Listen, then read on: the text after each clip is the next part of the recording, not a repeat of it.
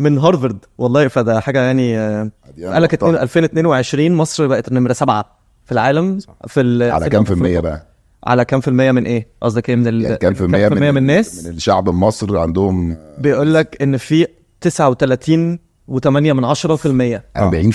40%. ما بحسش خالص وانا ماشي في الشارع، يعني عايز في امريكا اكتر. احنا تعودنا على المنظر. هو 40% من الناس الكتله الوزنيه بتاعتهم اكتر من 30.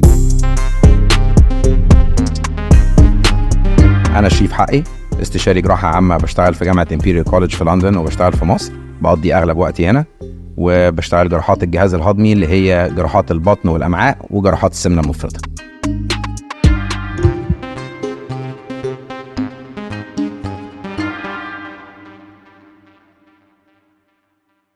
رجعنا لكم وحلقة جديدة من البودكاسترز، حلقة طبية وفيها سفر وفيها هنتعلم منها حاجات كتيرة جدا.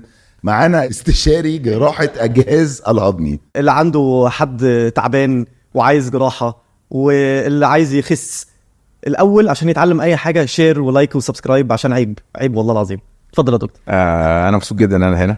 بصراحة أنتوا عيلين والكلام معاكم قبل الحلقة دي كان لذيذ جدا، واتفرجت على كذا حلقة من بتوعكم. I'm a huge follower وما كنتش متخيل قد ايه انتوا فعلا كبار على كل البلاتفورمز. It was really good. شفت حلقتين 3 كده فعلا عجبوني جدا، بس انا بتفرج ريجولر، بس حلقتين 3 خدتهم من اولهم لاخرهم اكتشفت قد ايه انتوا يعني you're quite detailed about كل حاجة عارفينها. واتمنى انتوا مش عارفين عني قوي كل الديتيلز. هنسلم على علي من هنا ولا بتاعت حلقه علي كانت تحفه، وحلقه احمد طارق هايله، وغيرهم كتير قوي. انا قعدت ابص ويعني فعلا امبرسيف. نحب ندي شوت اوتس، بس انا عايز انوه على حاجه سريعه. دكتور شريف شكله صغير في السن، بس عايزين نفاجئكم ان هو بابا المجال بتاع الجهاز الهضمي، ومش بس في مصر، لا في لندن ودول الخارجيه. طبعا انا تعرفين دارس طب 42 سنه وممكن اشرح لكم هو بيعمل ايه، بس احب اسيب له المايك في الحته دي. ايه هي جراحه الجهاز الهضمي الاول؟ نفهم كده، عشان في ناس داخله في السمنه وناس داخله في تغيير المسار مش عارف ايه عشان نخس وكده، بس هي اكشلي اكبر من كده بكتير. فعلا انا جراح جهاز هضمي. يعني هي الجراحه متقسمه لكذا تخصص. في تخصص اللي هو اسمه جنرال سيرجري اللي هو الجراحه العامه، وجوه الجراحه العامه ده في حوالي 5 أو 6 تخصصات، منهم جراحه الجهاز الهضمي اللي هو باختصار اي حاجه بتتقسم جوه بطن الانسان، وجزء منها زي ما انت قلت اللي هي جراحه السمنه المفرطه، بس this is just a small part of it. لما جراحه الجهاز الهضمي هي باختصار المريء، المعده، السمول انتستين اللي هي الامعاء الدقيقه والامعاء الغليظه، وبعد كده القولون والشرج. فده التخصص بتاع الجراحه العامه. انا في لندن الموضوع متقسم ل upper gastrointestinal surgery الجهاز الهضمي العلوي، و lower gastrointestinal surgery في تخصصات دقيقه جدا. فانا مينلي بشتغل جراحه الجهاز الهضمي كله عن طريق فوق وتحت بصراحه. بس ده مينلي في طوارئ فوق او تحت. لور بالذات when it comes لكانسر. يعني جراحات كانسر القولون والشرج مثلا مختلفه خالص عن المعده والامعاء، فيعني ليها تخصصات. بس انا مينلي بشتغل جراحه الجهاز الهضمي عن طريق المينيملي انفيزيف سيرجري، يعني هي جراحات قليله التداخل. وانا ابن مصر، وانا متربي هنا ومتعلم هنا واساتذتي هنا وكل حاجه، بس انا كنت شايف في نفسي ان انا دايما عايز اسافر. فمن وانا صغير بعد ما خلصت نيابتي في القصر العيني وتدريبي الاساسي اللي هو مش عايز استخدم كلمه وقفني على رجليا لانه مش كفايه، انا فعلا كنت مسافر قوي جدا من هنا بسبب هنا. ولما سافرت هناك بعد ما خلصت كل معادلاتي وكده اتوفقت ان انا رحت مكان كويس قوي من الاول، واشتغلت في مستشفيات جامعه امبيريال كوليدج دي. النهارده بقى لي 17 سنه من اول يوم لحد النهارده ما غيرتش مستشفيات، ودي حاجه كان حظي فيها كبير. يعني مش عشان انا شاطر، دي كان فيها فعلا توفيق كبير ان انا افضل في مكان واحد من احسن الاماكن اللي في العالم، وهو من احسن الاماكن اللي في انجلترا. و I was quite lucky. الحمد لله عملت لنفسي هناك اسم كويس قوي وسمعه كويس قوي، وعملت اسم البلدي كويس قوي، لان انا كنت دايما يعني كنت رايح زي ما بقول لحضرتك وانا صغير، انا بقول لكم قوي. فالناس كانت دايما ايه ده فين؟ لا ده من مصر، ده فين؟ ده من القصر العيني. طب ده ازاي؟ فرق بصراحه مش انا لوحدي، انا وناس كتير قوي. انا ممكن تبقى قاعد مكاني هنا، ممكن اقول لك مثلا حوالي 150 اسم على الفون بوك بتاعي يبقوا قاعدين مكاني بيقولوا نفس الكلام. فضل الانستتيوشن ده علينا كبير قوي، بيوصلنا هناك واقفين على رجلينا. طبعا ينقصنا بعض الحاجات التكنولوجيا، الحاجات اللي فيها فلوس. البودكاست ده برعاية طلبات. لو لسه ما نزلتش طلبات، نزل الابليكيشن واستخدم الكود podcasters x2 وليك خصم 100 جنيه على اول اوردرين. هنخش في حته آه. السفر والمسيره بتاعتك، بس الاول عايزين نتكلم عن التخصص نفسه كويس. اللي هو جراحه الجهاز الهضمي. محتاجين نفهم عنه اكتر، بالذات علاقته بالسمنه المفرطه. بالظبط. انا الاول قبل يعني عايزين نعرف الاول الجهاز الهضمي ايه الحاجات الجراحات اللي ممكن تتعمل، الحاجات الكبيره إيه الحاجات مش عارف. وبعد كده نخش نركز في السمنه. تقسيمته سهله قوي، تقسيمته بناين ومالجننت، يعني حاجات الحميده والحاجات الخبيثه. الخبيثه هي بعد شر السرطانات، ومينلي سرطان القولون والشرج ده من اكتر السرطانات اللي موجوده في العالم بعد سرطان الثدي مثلا، من اعلى ده جزء بتاع الكانسرز، وطبعا المعده والمريء وهكذا. وبقى في شغل اللي هو البناين سيرجري، اللي هي الحاجات اللي هي اكيد حضرتك تعرف حد من اصحابك او واحد من اصحابك جاله عمل عمليه المراره بالمنظار، او عمل عمليه فتح حجاب حاجز، او الزايده، او استئصال جزء من الامعاء. هي دي جراحات الجهاز الهضمي. الجهاز الهضمي هو اكبر عضو في جسم الانسان، لان هو بنتكلم في تقريبا طوله 8 متر، بيمتد من الفم للشرج، وكل ما يشمله في النص والكبد وهكذا. وعشان كده متقسم تقريبا حوالي 5 أو 6 تخصصات، لان واحد مش هيعرف يكفي كل ده. التدخل الجراحي جوه الحاجات اللي هي زي الكانسر وكده، ان بيبقى تدخلك ان انت بتخش عشان تشيل كوركت الكانسر، صح. الكانسر سيلز. انت بتحاول تشيل الكانسر كله، وده طبعا متقسم اجنده كمان. الكانسر متقسم ل elective وامرجنسي، يعني في ممكن واحد يبقى بعد 1000 شهر مش عارف ان هو عنده سرطان وجاله مثلا انسداد معوي. ده كان اول برزنتيشن دي الكتيف، وعايزين بقى نعرب كل حاجه عشان الالكتيف يعني عمليه اختياريه. يعني انا جالي حصوي في المراره، وجعت لي جنبي اليمين وهرتني وكتفي، وكل ما باكل حاجه تقيله فيها زيت او سمنه اتعب، فباختياري بروح اعمل عمليه عند الدكتور في ميعاد معين. تمام. وبعد شهر برضو تاني واحد جاله سرطان، اكتشفه عن طريق الفحوصات مثلا او عن طريق بعض الاعراض الخفيفه، جه اختار ميعاد العمليه عاملها الشهر الجاي مثلا. وفي حاجات امرجنسي طارئه، يعني دلوقتي حالا جالي التهاب او انفجار في الزايده، جالي كريزه مراره ما بتفكش، تمام. جالي انسداد معوي بسبب السرطان. فالامرجنسي والالكتيف، فالجراحه العامه كبيره جدا، وهي عشان كده هو اكبر تخصص في المستشفيات، واكبر عدد كيس فوليوم في الحالات في اي مستشفى في العالم هو الجراحه العامه. بس في الجزء من اجزاء الجراحه دي في السمنه المفرطه، اللي هي تغيير مسار بالظبط الجهاز الهضمي، يعني اللي هو الحوار نفسه. انت بتتعدى في عمليه تغيير المسار ده. انا بقى بشتغل حوالي 50% من شغلي جراحات السمنه المفرطه دي، والباقي اللي هي الجراحات التانية اللي احنا اتكلمنا عليها، لان هي فيري كومن دلوقتي وازدادت. بس ده بسبب يعني ليه 50%؟ هل ده بسبب ان الناس اكتر بتجيلك، ولا ده عشان حاجه في وباء بيحصل يعني؟ لا هو فعلا هو لو انت عايز توصفه بوباء، فهو it is a global pandemic. اللي هو السمنه المفرطه. السمنه المفرطه بمعنى اصح وباء عالمي، واعداده في ازدياد رهيب بسبب 100,000 سبب. منهم او اولهم ان احنا بناكل غلط، بقى في سهوله في الدليفري، وبقى في سهوله في اكل الحاجات اللي هي زي المكيسه اللي فيها بطاطس او فيها كذا وفيها سكر كتير قوي مهدرجه. واحنا للاسف هنا في مصر عندنا بالظبط زي ما انت وصفت، واحنا في مصر عندنا هنا احنا يعني النسبه دي في ازدياد رهيب. احنا نعتبر من اكتر 10 بلاد في العالم فيها سمنه، ونعتبر من اكتر بلاد العالم اللي فيها سكر. كام في المية؟ انا لسه النهارده كام في المية كنت هقول لك حالا بقى. ماشي. خد عندك. طلعت التليفون يا دكتور شريف. انا طلعت اتفضل يا دكتور كريم. كريم مذاكر كويس من هارفارد والله. فده حاجه يعني قال لك 2022 مصر بقت نمره 7 في العالم في على كام في المية بقى؟ على كام في المية من ايه؟ قصدك ايه؟ من كام في المية من الناس؟ من الشعب المصري عندهم بيقول لك ان في 39.8%. 40%. ما بحسش خالص وانا ماشي في الشارع، يعني عايز في امريكا اكتر. احنا تعودنا على المنظر. هو 40% من الناس الكتله الوزنيه بتاعتهم اكتر من 30. الكتله الوزنيه دي للتقريب بس عشان نبقى فاهمين، اللي هو الوزن مقسوم على الطول مضروب في بعضه. فلو واحد طوله 170 سم ماشي، الدينومينيتور اللي هو تحت بيطلع 3. خلاص ماشي. فلو انت عايز تصنفه كأن هو تخين، فده او عنده سمنه مفرطه، الوزن مقسوم. اعملوا يا جماعه يعني اعملوا دي، كل واحد يطلع الكالكوليتر بتاعه. الوزن فوق، الوزن والطول مضروب في بعضه تحت. ماشي اوكي. فلو انت مثلا واحد وزنه يعني انا مثلا طولي 170 سم، انا قصير، ف 170 في 170 الرقم ده تقريبا بيطلع لك 3. اوكي، يعني انا اضرب طولي في 2. اضربوا يا جماعه في البيت ورقه وقلم وامسكوا اكتبي ورايا ست الكل. وبعدين اقسم بقى وزنك على الرقم اللي هيطلع لك ده 0.0028. لا ازاي؟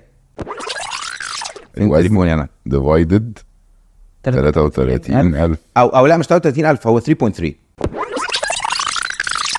انت ليه بتقول وزني قدام الناس؟ ايه ده مش وزنك يا ابني. ماشي 96 جرام يا ابني. انا هاخد بس انا هاخد تليفونك واعملها لك. انا شايف الناس اصلا عرفت تعملها. اعمل لا احنا انا لا خلاص. اصل هو مش الناس مش هتديك تليفوناتها. هو بص هي أوه. الحسبه في الاخر هي كيلو جرام بير متر سكويرد، فالوزن 29 بالظبط. ايه 29 برافو دي بقى؟ عليك. 29 ده اسمه البودي ماس اندكس اللي هي الكتله الوزنيه. هو ده مش هو ده الكتله الوزنيه. برافو عليك، انت حسبتها صح. ده هيطلع بتاع بس الحساب تجيلي، هو ده بتاعنا. حساب تجيلي. يعني انا ناقص لي 1 على الاوبيزيتي. لا بس انت عشان عندك ماسل ماس كبير عشان قوي اصلا. فده اللي بحاول اقوله، فاهم؟ انا بحاول ازوق الكلام، مش عايزين واحد زيك انت يا كريم. طب معلش ممكن مش عايز احبط الناس يعني. انا اسف والله احنا خدنا وقت كتير قوي في الحته دي يا جماعه، انا بعتذر، بس انا عارف ان انتوا عايزين تحسبوها ومش عارفين لان انا ما عرفتش. هنحط لكم تحت في الشاشه هنا الطول في بعضه. يعني مثلا انا طولي 100 سم بضرب 100 في 100. برافو عليك صح، يبقى الطول اهو 182 بس هي بير متر سكوير. لا هنعملها 1.1 يعني لو انت بتحسب على متر يبقى متر في متر مش 100 في 100 مش بالسنتي بالمتر. ماشي. انا متر 82. اوكي اكتب ايه؟ اعمل 1.82 1.82 تايمز 1.82 تايمز 1.82 equals 3.3. اقسم وزنك على 3.3 ده بقى. ماشي. 96 divided 3.3 equals body mass index 29. ده ايه؟ لو انت طلع لك 29 تبقى سوبرمان. هايل. ماشي. تبقى زيك وتبقى ممتاز. 30 هايل. اوبيز كام؟ ما حسبتيش مكسوفه طبعا. كام يا استاذ؟ انت كام؟ ما حسبتش بس ممكن اعمل. ماشي. فاللي فوق ال 30 اللي فوق ال 30 ده يصنف ان هو اسمه جريد 1 اوبيزيتي، فعشان كده الرقم كبير قوي اللي هو 40%. بس هو واقع الامر ان مش اي حد فوق ال 30 هنخش بقى نعمل له عمليات ولا نديله بس ادويه. جريد 1 يعني السمنه المفرطه فيها درجات. صح. الدرجه الاولى دي اقل درجه بالظبط، دي اللي اكتر من الكتله الوزنيه اكتر من 30. اوكي. وبعد كده توصل لكام درجه؟ 35. وبعد كده في بقى اللي هو فوق البودي ماس اندكس 40 ل 50، وفي بقى اللي هو البودي ماس اندكس 50 ل 60 اللي احنا بنسميه السوبر اوبيس اللي هو ده. مين بقى اللي محتاج عمليه؟ محتاج عمليه جراحي. هو اللي عنده اعراض مصاحبه للسمنه، يعني عندي سكر، عندي ضغط، محتاج اعمل عمليه في قلبي.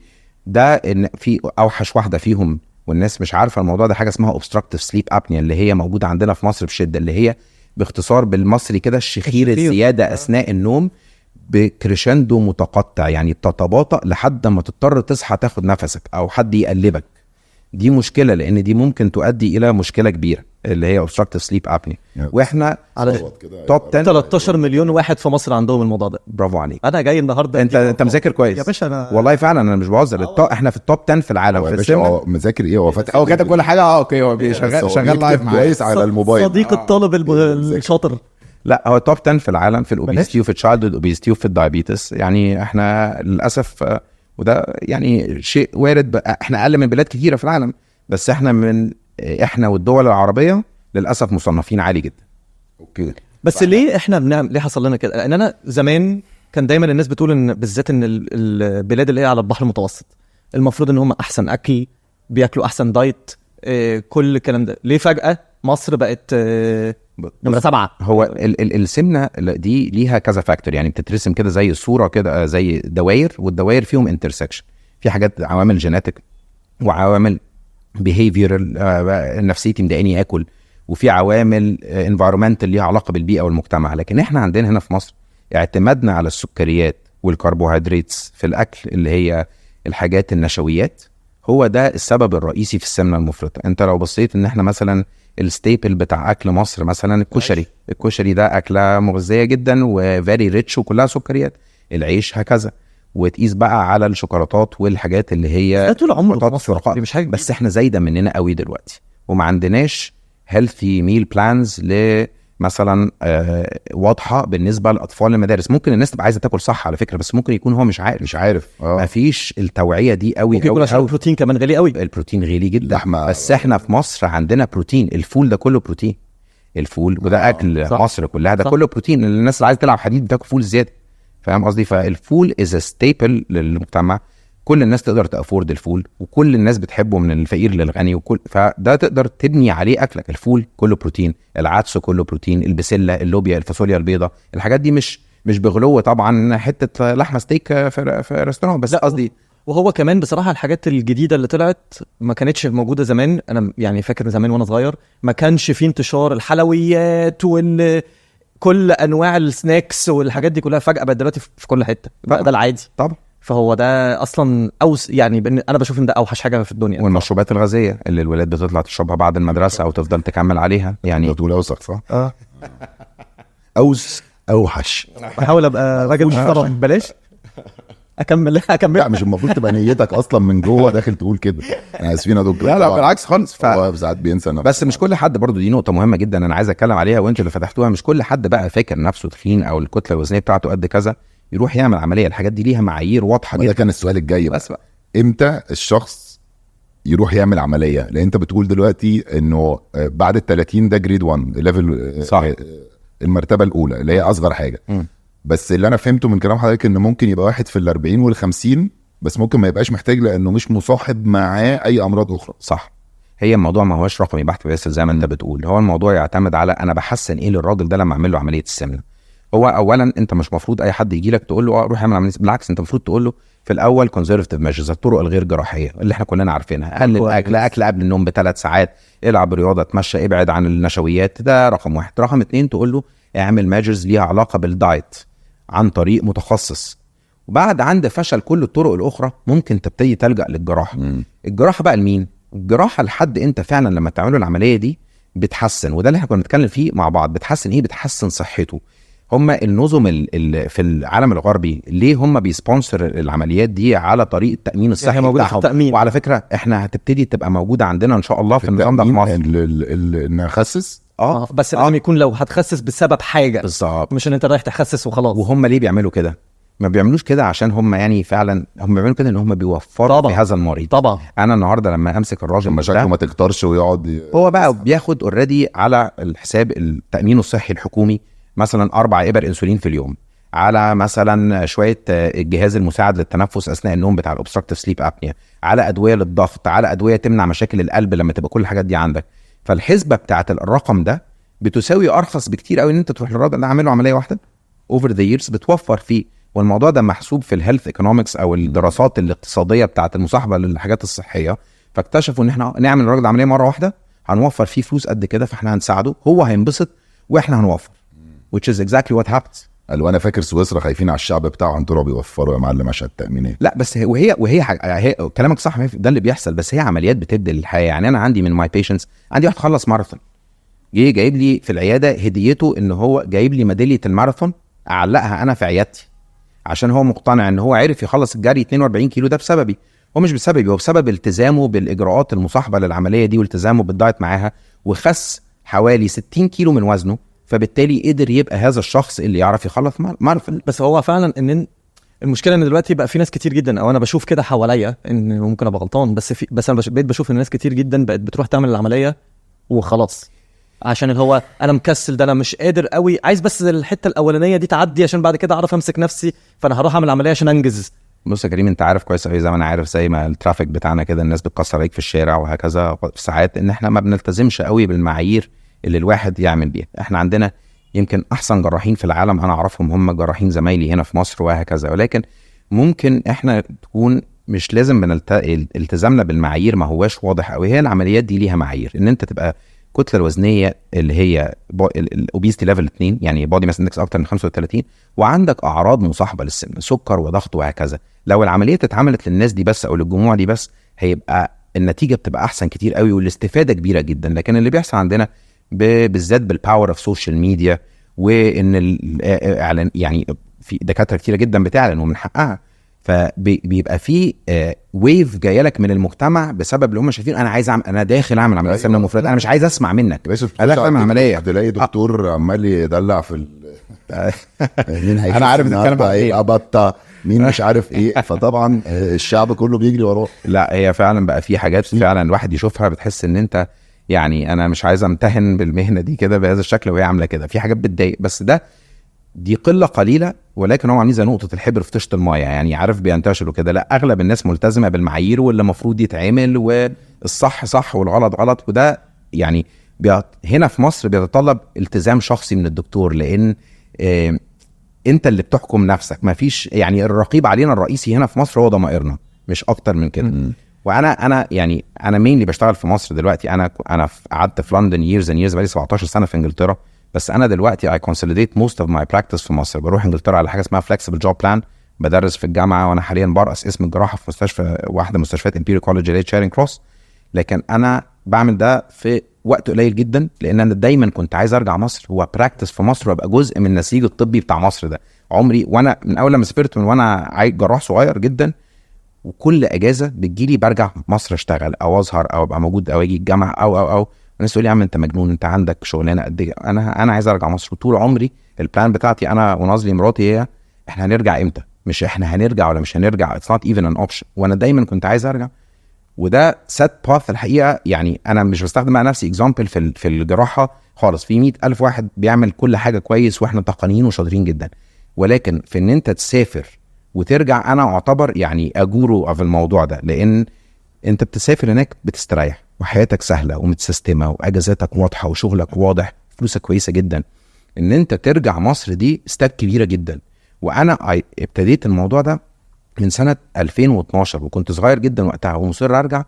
وفعلا برجوعي ده او بالطريقه اللي انا عاملها دي اللي هو 3 أسابيع واسبوع دي a lot of people followed in my path في الموضوع ده وفرقت. بالنسبه للعمليات بقى اللي المواطن قاعد بيتفرج علينا مش فاهمها دلوقتي، ان احنا بنسمع عن عمليات كتيره جدا وحاجات كتيره جدا للتخسيس، واحنا مش عارفين نفرق بين الجراحي والتجميلي وايه اللي خطر. وفي ناس خايفه في البيت بتقول لك ده العمليه دي بتموت، وفي تكميم وتلزيق وتفريز وتجميد وبالونه وتغيير مسار ولايبو تغيير مسار. وانت بقى بتعمل ايه وفرق لنا ما بينهم كده؟ لا هو فبص، هو في بيتقال كمية عمليات وأسماء كتيرة جدا، ومنهم حاجات بتتقال بأسماء كاتشي وهكذا. لكن هو في مجمل الأمور هي العمليات دي هي عمليات تحويل مسار المعدة، وهي باختصار عمليات بتلغي المعدة من طريق الأكل. يعني أنا لما باكل أكل بينزل في المريء، بعدين يعدي على المعدة، ومن المعدة يقعد شوية، وبعد كده يروح على الإثنى عشر والأمعاء. ده الطريق الطبيعي. ايه الامعاء؟ الإثنى عشر ده أول جزء في الأمعاء، حتة صغيرة خالص بياخد فيها شوية مخاط وشوية سوائل وشوية انزيمات، وبعدين ينزل على الأمعاء مكان الامتصاص. تمام. فهو مريء، معدة، الإثنى عشر والأمعاء. العملية دي عمليات تحويل المسار بمجملها هي الفكرة ان انا بتعدى المعدة، يعني بوصل الأمعاء على جزء صغير خالص من المعدة، وبلغي المعدة والإثنى عشر ما بالأكل ما بيعديش عليهم. وبعدين بيبقى في وصلة جانبية تاني تنزل الاثنين يقابلوا بعض. فالفكرة ايه؟ انا بتخطى اسمها جاستريك بايباس. بايباس يعني تعدي، بتعدى جزء من المعدة والأمعاء عشان اقلل فيهم الامتصاص. طبعا الفكرة انت ممكن تقولي طب ما الامتصاص ده مهم، والامتصاص ده مريض سمنة، مريض سمين، فبالتالي احنا ده مفيد ليه. وهي دي العملية اللي هي ميراكلس، عملية أعجوبة في التعامل مع السكر من النوع التاني.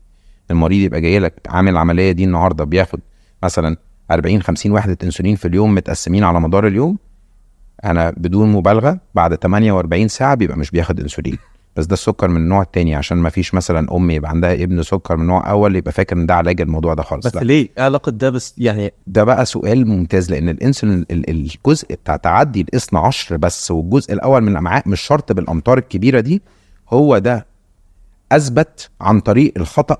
يعني ما كناش عارفين، اسمها observation. لقينا ان هو المريض ده فجأة ما فيش افراز انسولين، بتقلل مقاومة الانسولين، عدم ان الاكل ما يعديش على المعدة. والجزء الاول اللي هو على شكل حرف السين بالمقلوب الانجليزي، لما ما بتعديش الاكل على الاثنى عشر بتساعد جدا في حاجة اسمها انسولين ريزيستنس، وهي مقاومة الانسولين. ده اكتشف عن طريق الخطأ، يعني اكتشف عن طريق الاوبزرفيشن. دي عملية البايباس اللي هي بتتعدى، بتغير مسار الجهاز الهضمي بطريقة معينة. التانية اللي هي لحظة قبل الشغل، ودي مش خطر؟ بص، المجتمع المصري هنا متخيل ان العملية دي خطر جدا جدا جدا. عارف يا باسل العملية دي نسبة حدوث مضاعفات او complications جراحية معاها كام في المية؟ تقريبا 1.8% عن طريق جراح بيشتغل اكتر من عدد 100 حالة في السنة، وفي تبع الاتحاد العالمي لدراسة السمنة المفرطة، يعني هو تابع ليه. فبالتالي ان authorized جراح مثبت ان هو احد الناس المتخصصين في هذا المجال، وعندنا في مصر قد كده عنده complication rate مفروض لو اقل من 1.5 1.8% يبقى ده تمام. واحنا بنتكلم في ان ده 1 أو 2 في كل 100، وده رقم قليل جدا. ودي مش complications بتموت. طبعا في منها حاجات زي التسريب والنزيف لازم تتلقط بدري عشان يتم التعامل معها بدري، ولكن اذا تم التعامل معها بدري دي مش حاجه خطر خالص. وانت تقدر تحسبها ان هو لو ساب نفسه بالسمنه المفرطه، الكومبليكيشنز او المشاكل اللي هتحصل من السكر والضغط والقلب وعدم القدره على التنفس اثناء النوم، دي مشاكل لا تحصى فعلا. فهو هل ممكن تبقى دي تجميليه ولا دي مش يعني ممكن حد عايز دلع، عايز يبقى شكل جسمه حلو؟ بس قبل ما نخش في التجميل يعني هو اكبر سبب ان الناس بتعمل فيه العمليه دي بسبب السكر؟ هل دي اكتر حاجه؟ هي السكر بيشفى من العمليه دي في تقريبا 90% من الحالات، بيخش في حاجه اسمها ريميشن، يعني تقريبا شفاء كامل لمده 5 ل 10 سنين. ولازم الواحد يتابع طبعا عشان ما يسيبش نفسه. وهكذا الاوبستراكتيف سليب ابنيا اللي هو خنقه اثناء النوم، وهكذا الضغط والمشاكل اللي ممكن تحصل مع القلب. ده غير كده قدره الحركيه. انا هقولها لك بالانجليزي، هي متقسمه. في واحد اسمه سايمون ايلوين، راجل انجليزي، عمل سكورينج مسميه A B C D E F، دي زي الحروف الابجديه بالعربي. A اللي هي دي الحاجات اللي بتتحسن مع عمليات السمنه، A اللي هي الاير واي، طريقه تنفسي ونفسي اثناء المشي. B اللي هو البريثنج، دي مني عشان النوم. C اللي هي السيركيليشن، اللي هي القلب والفانكشن بتاعه القلب، ودي متقاسه عن طريق الموجات الصوتيه بتاعه القلب بتاع البني ادم السمين، ونفس البني ادم لما خسه بتلاقي الفانكشن احسن 100,000 مره.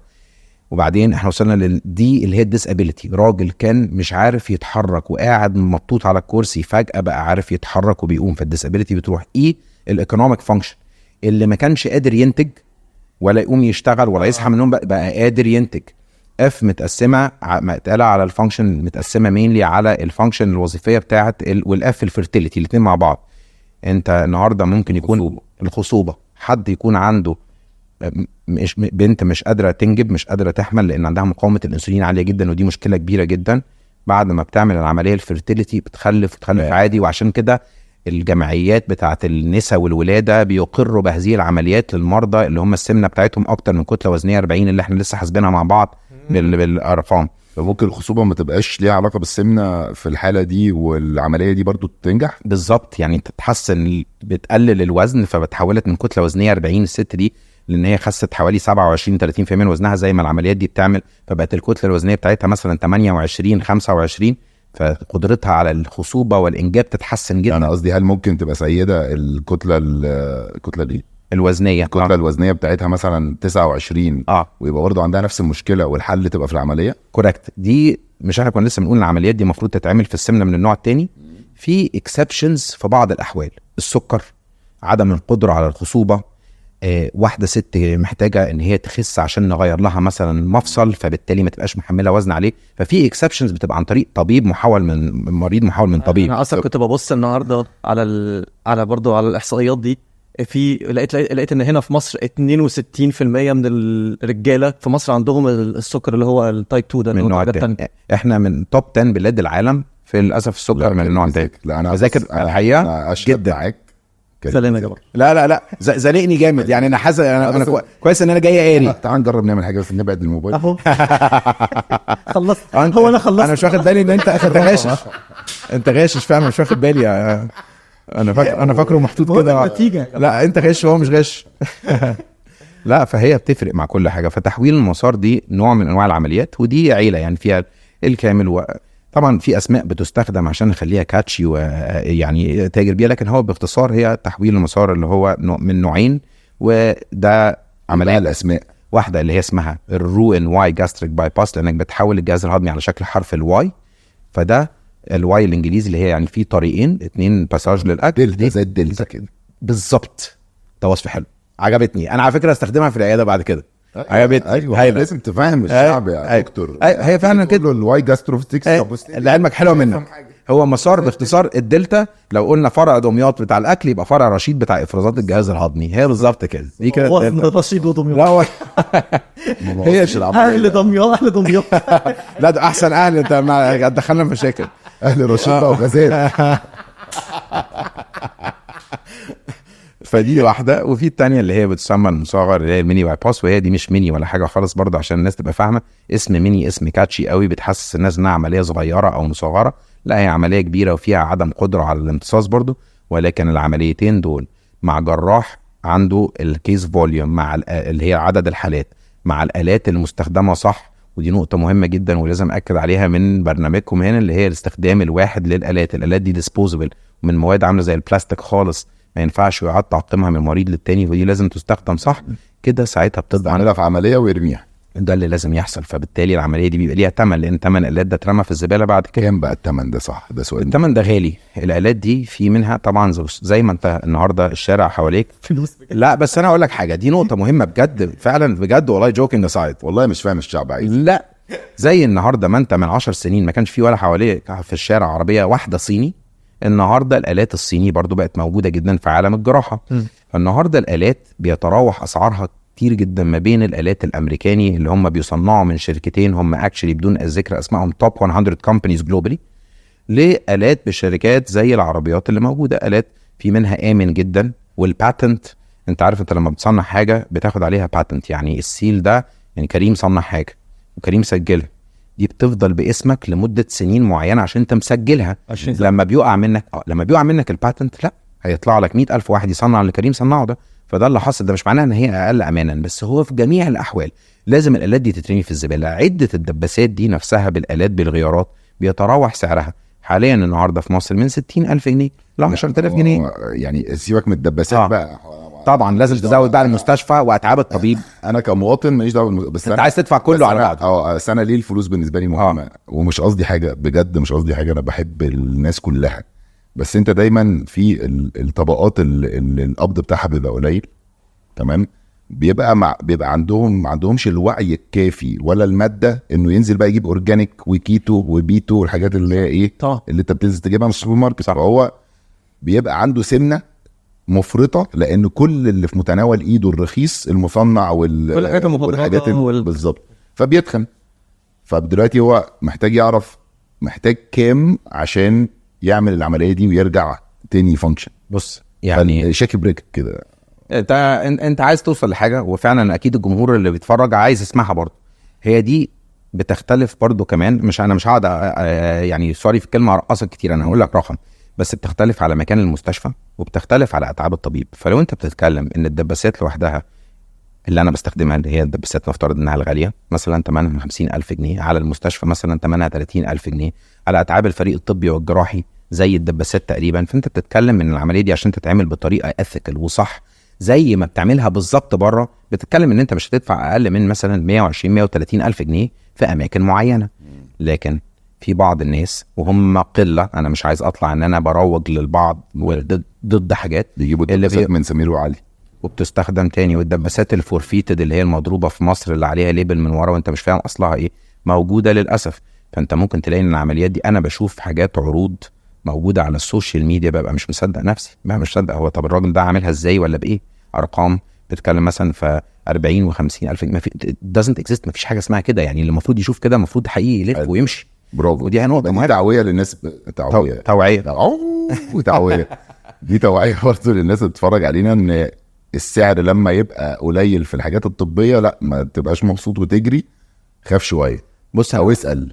لا بص انا هقول لك مثل كده شفته اكشلي طلع لي مره على الانستجرام، بيقول لك ايه you can have 100 problems، يعني ممكن يبقى عندك 100 مشكله في الحياه 100 problems in life until you have a health problem، لحد ما يبقى عندك مشكله صحيه you now only have one problem. طبعا خلاص انا بشتكي من الفلوس ومن التعب ومن القرف ومن مش عارف ايه، وان الدنيا حر وان جاري قرفني، بس لامبو يوم من الايام طلع لك مصيبه طبيه، مشكلتك انحصرت في مشكله انت وعيلتك واللي حواليك، والباقي ده كله بيبقى ايه كده خلاص. فطالما انت عندك مشكله وقررت ان انت تخش تحلها، يبقى حلها صح وانس اند فور اول، بدل ما تخش تلاقي نفسك في مشكله لا تنتهي ومصاريف لا تنتهي. وانفورشنتلي المشاكل هنا كتيره جدا جدا جدا بيست على القله اللي احنا بنتكلم عليها، وكم الاعلانات والصرف ورا الاعلانات والبوش نوتيفيكيشن.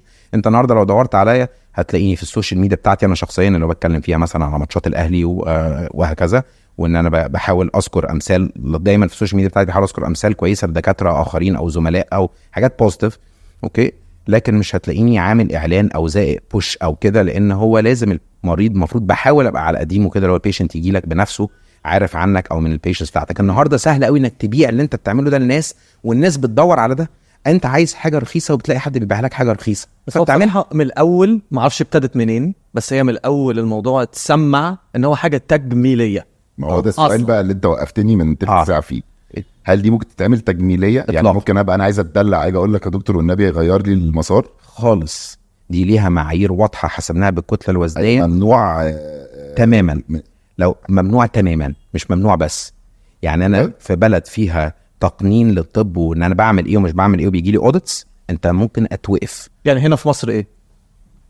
يعني هنا في مصر ما فيش لا رقيب علينا سوى ضمائرنا. طبعا الكلام ده ممكن يزعل الناس، بس انت فعلا انت الحكم بتاع نفسك في اغلب الامور، فانت لازم تعمل الصح، والصح ده واضح جدا، ما فيهوش يمين وشمال، ما فيهوش جراي اريز. الصح ده ابيض واسود ومحطوط في جايد لاينز ب1 2 3 4 5، يا تمشي عليها يبقى بتعمل حاجه غلط. هو في حاجات اخف، يعني مثلا بسمع ان في بدل ما تعمل تغيير مسار حط بالونه، اعمل رينج. دي لسه هنخش عليها، دي اللي هي بتاعت الانواع المختلفه. ما انا فاهم، بس قصدي ففي حاجات بتتقسم ان هي تجميليه وحاجات لا، ولا ده اصلا الكلام ده مش جراحات السمنه المفرطه اللي هي بتلعب في الجهاز الهضمي، يا اما عن طريق تصغير حجمه زي السليف جاستركتومي اللي لسه اللي هي التكميم اللي احنا هنتكلم عليها، او تحويل المسار، دي ليها معايير واضحه جدا، وهي ليست تجميليه بالمره. التجميل بتاعها ايه؟ عرض جانبي لذيذ، a good side effect، ان انا عالجت السكر بتاعي وعالجت الضغط بتاعي والحمد لله خسيته بشكل كويس، بقيت بلبس جينز اصغر وعارف اجري. اوكي، لكن انت مش بتعملها عشان التجميل خالص. الكلام ده بقى عند جراحين التجميل والتكميل اللي هم هنا في مصر ممتازين، زي شفط الدهون، تصغير البطن، ده تجميل وتكميل، اللي هو بلاستيك اند ريكونستراكتيف سيرجري. ده ملوش اي علاقه بداخل البطن، ده في الخارج. انا عندي شويه حته في الجنب هنا بتاعت بطني يشفطوها، مثلا ست عندها مشاكل في الثدي ممكن تتعمل، ودي برضو ليها معاييرها الشخصيه، لكن الموضوع ده مش للتجميل خالص. اوكي. برضو تنويه للناس اللي بتتفرج علينا، طبعا يعني ما اعرفش انتوا هتصدقونا ولا لا، بس احنا في البودكاست عشان بس بمناسبه الاعلانات اللي بتقول عليها اللي موجوده على تيك توك وبتاع، احنا لما بيبقى موضوع الحلقه طبيه يبقى عندنا ناس كتير قوي في عالم الطب بنسالهم ونتاكد ان الدكتور اللي جاي ده مش بيعمل الاعلانات، ومش يعني بنتاكد 100% قبل ما نجيب اي دكتور في البودكاست ان هو ليجيت 100%. ثانك يو فيري ماتش، والله بجد انا متشكر. الموضوع ده مخيف، والدكاتره مش قصدي حاجه، انا بكلمك انت شفت احنا بنتكلم ازاي يعني، بس الدكاتره معاهم فلوس كتير قوي عامه، بالذات بتوع التجميل والحاجات دي، فبيبقى في منهم اللي بيصرفوا ملايين الملايين في الاعلانات اللي انت بتشوفها، فبالتالي الناس بتتاذي. فاحنا ممكن يجي يقولوا لنا خد ده وطلعني معاك، بس اللي انا عايز اقوله ان احنا ما بنعملش كده يعني الحقيقه خالص. انا ممكن اعمل كده. كريم بايع. لا فعلا يعني لا يعني انا فعلا احترمتكم جدا في الموضوع ده، وفي الطريقه اللي انتوا فكرتوا فيها بالابروتش للموضوع ده، ان هو مينلي للتوعيه مش للاعلان. وthis is what we're trying to say هنا، وانا بحاول اوضحه. شريف مش لوحده، ده اسم كان ممكن يبقى قاعد مكانه احمد او محمد او جورج او غيره، في 130 الف واحد بيعملوا الكلام ده. المهم ان هو يبقى بيعمله صح وباثكس صح وبآلات صح، عشان الواحد يطلع بنتيجه كويسه ومرجوه، مش يدخل نفسه داخل يحل مشكله حياته، يطلع بمشاكل لا تنتهي. دي مشكله كبيره جدا. لان على فكره ناس كتير مش عارفه ان برضو بعد العمليه في انت بتخش في قصه شعر بيقع وبتضطر تخش في فيتامينات وسكادجول، ليها لازم موضوع تغير يعني نمط حياتك عشان توصل للنتيجه المطلوبه. وتاني عشان ما بقاش وقعت حاجه زي ما كنا بنتكلم في الاول، ان الجزء التاني من العمليات اللي هي سليف جاستركتومي دي عمليه الغرض منها تقليل حجم المعده بس دون تغيير اي مسار. مفيش بقى هنا سوري انا اسف، مفيش دمياط ورشيد. احنا هنخش في التفاصيل دي. انا بس عندي سؤال يمكن يبقى جاهل شويه بس هيجنني من ساعه ما قلته. انت بتغير المسار وما بيروحش على المعده، تبقى لازمتها ايه بقى المعده دي؟ المعده بتطلع مخاط والحامض، اوكي، وده بينزل مع افرازات الاثنى عشر، ينزل يقابل الوصله دي تاني. مش احنا قلنا ان احنا نفترض ان انا سوري انا عامل ايديا زي حرف الفي، في باسج للاكل وباسج من المعده للمخاط والامعاء، والاثنين بيتقابلوا في النقطه دي، ومن بعد النقطه دي بيحصل بيبقى ليها لازمه يعني. بيبقى ليها لازمه. طيب نخش سريعا على الانواع وما هو تجميلي وما هو جراحي، والفروقات سريعه ما بينهم. يعني مثلا دلوقتي ده تغيير مسار، ايه هو التكميم؟ التكميم ده بقى دي اكتر عمليه بتتعمل في العالم، ودي النهارده في الجلوبالي كده في الاتحاد العالمي لدراسه السمنه تقريبا ده اكتر من 70% من عمليات السمنه في العالم، او اكتر من 80% كمان دلوقتي. دي عمليه ابسط في عملها، ابسط في تقنياتها، عشان كده ممكن تلاقي طبيب مش محنك قوي او جراح مش محنك قوي يقدر يعمل العمليه دي، وهي تصغير حجم المعده. انا النهارده المعده بتاعتي الفوليوم بتاعها 100%، المعده بتشيل لتر للتبسيط.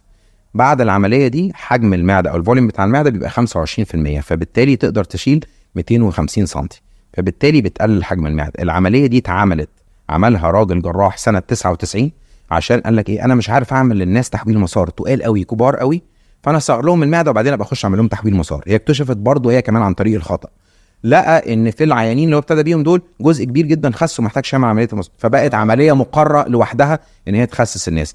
بتقلل حجم المعده من 100% ل 25%، من 100% ل 25%. بس هم كانوا فاكرين ان انا لما اعمل العمليه دي العيان هيتعذب، نفسي اكل نفس الطبق اللي كنت باكله وهموت وهتجنن. لقوا ان العيان اصلا مش عايز ياكل نفس الكميه، فاكتشفوا ان الجزء المستأصل من المعده ده بيقلل هرمون اسمه الجريلين، فانا مش جعان بنفس القدر. يعني انا بعد ما بعمل العمليه دي بيجي لك عيانين يقول لك ايه، انت عملت لي عمليه في بطني ولا عملت لي عمليه في مخي، انا مش عايز اكل نفس اللي كنت باكله خالص.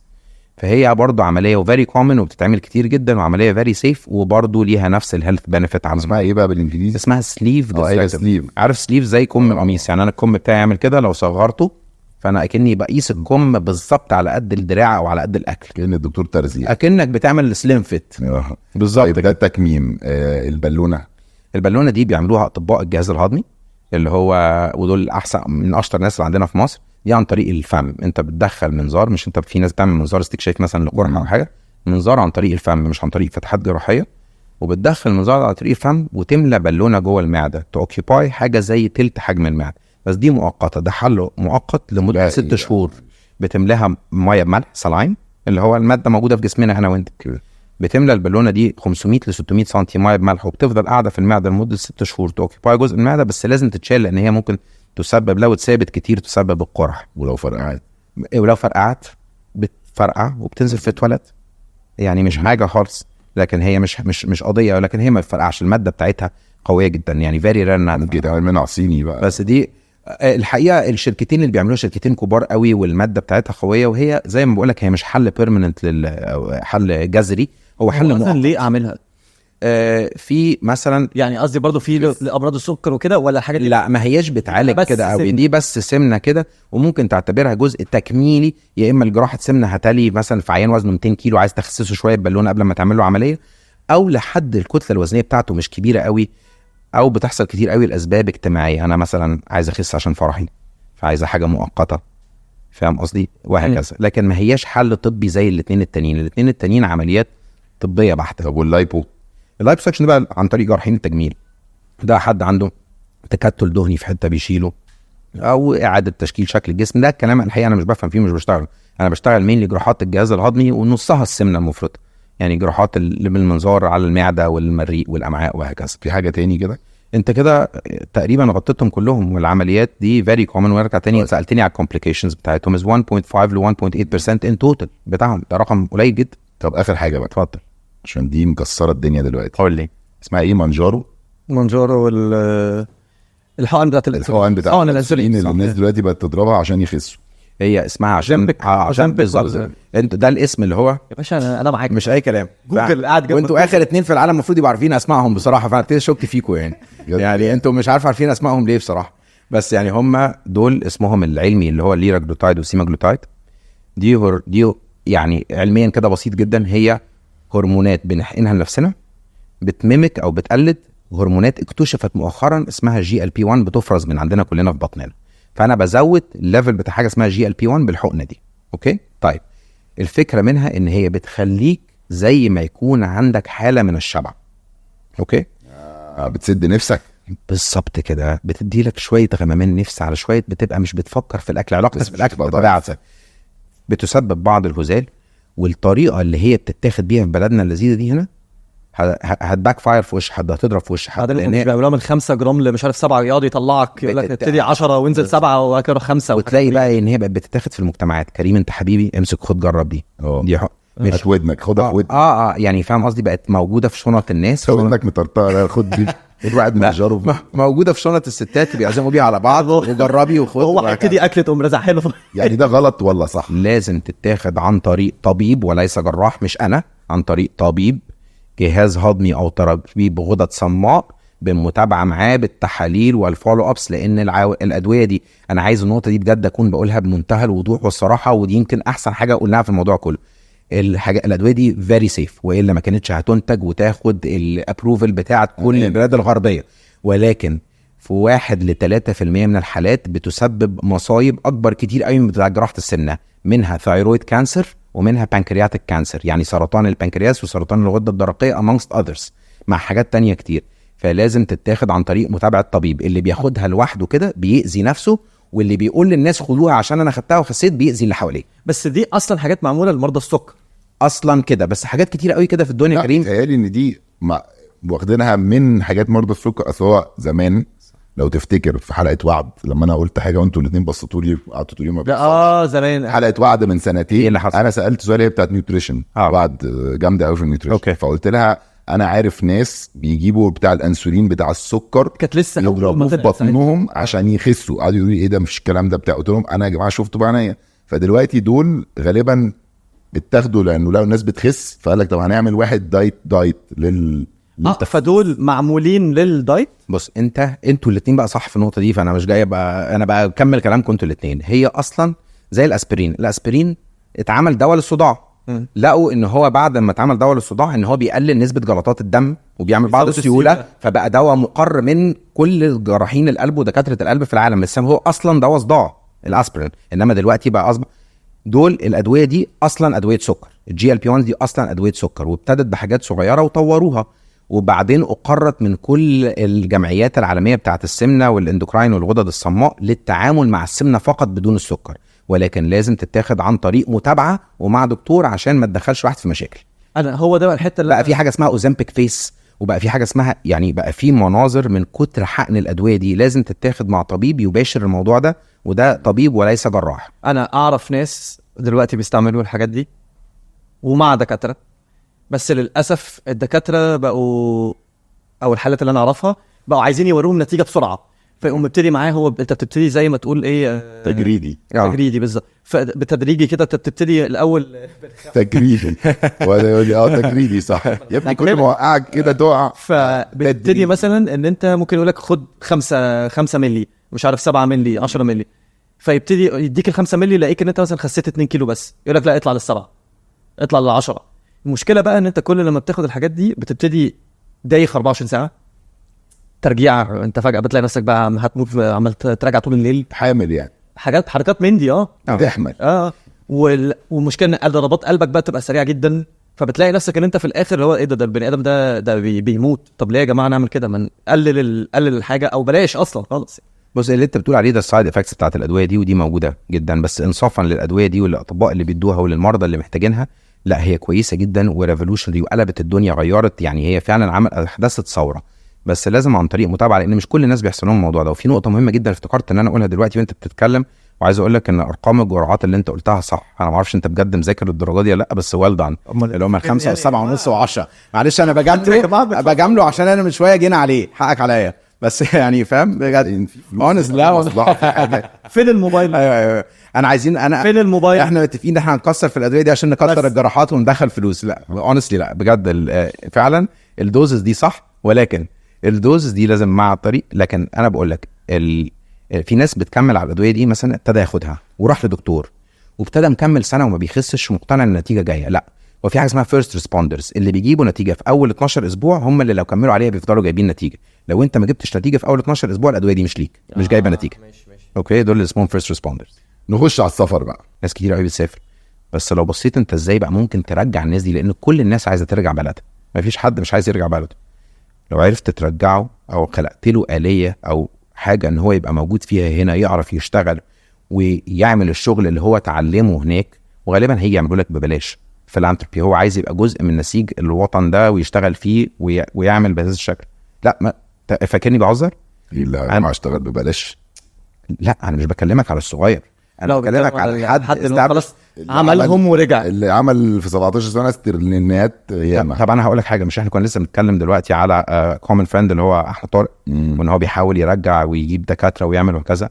هو عمل ميتنج ولا 2 بس هو وانجي ان جروب في الساحل، بس تراي تشوف الابيتايت بتاع ان الدكاتره ترجع وتشتغل هنا تقريبا من غير فلوس. حاجات انت مش متخيل الابيتايت عامل ازاي، الناس عايزه ترجع بس ما فيش منظومه واضحه. انت هنا عشان ترجع دلوقتي من بره، لو انت استابلش بره هتضطر تجيب عياده في مكان وتشتغل عمليات خاصه وتجيب، لكن لو وتبني حد اسم بقى من اول وجديد بالظبط لو حد خلقهولك بقى الموضوع ده، وانت راجل مثلا جراح في كليفلاند كلينيك، استاذ عظم ولا استاذ نيوروسيرجري في امريكا ولا المانيا، وقلت له انا هعرف اجيبك هنا اسبوع كل مثلا شهرين تيجي تشتغل في المنظومه الفلانيه وانا اعمل لك فلو اوف بيشنتس ونعمل لك اوت بيشنت كلينيك، عياده خارجيه تشوف فيها عيانينك وبعد كده ترجع تشتغل وتعمل عمليات وهكذا. انت بجد انت مش متخيل انت هتعرف تجيب ناس قد ايه.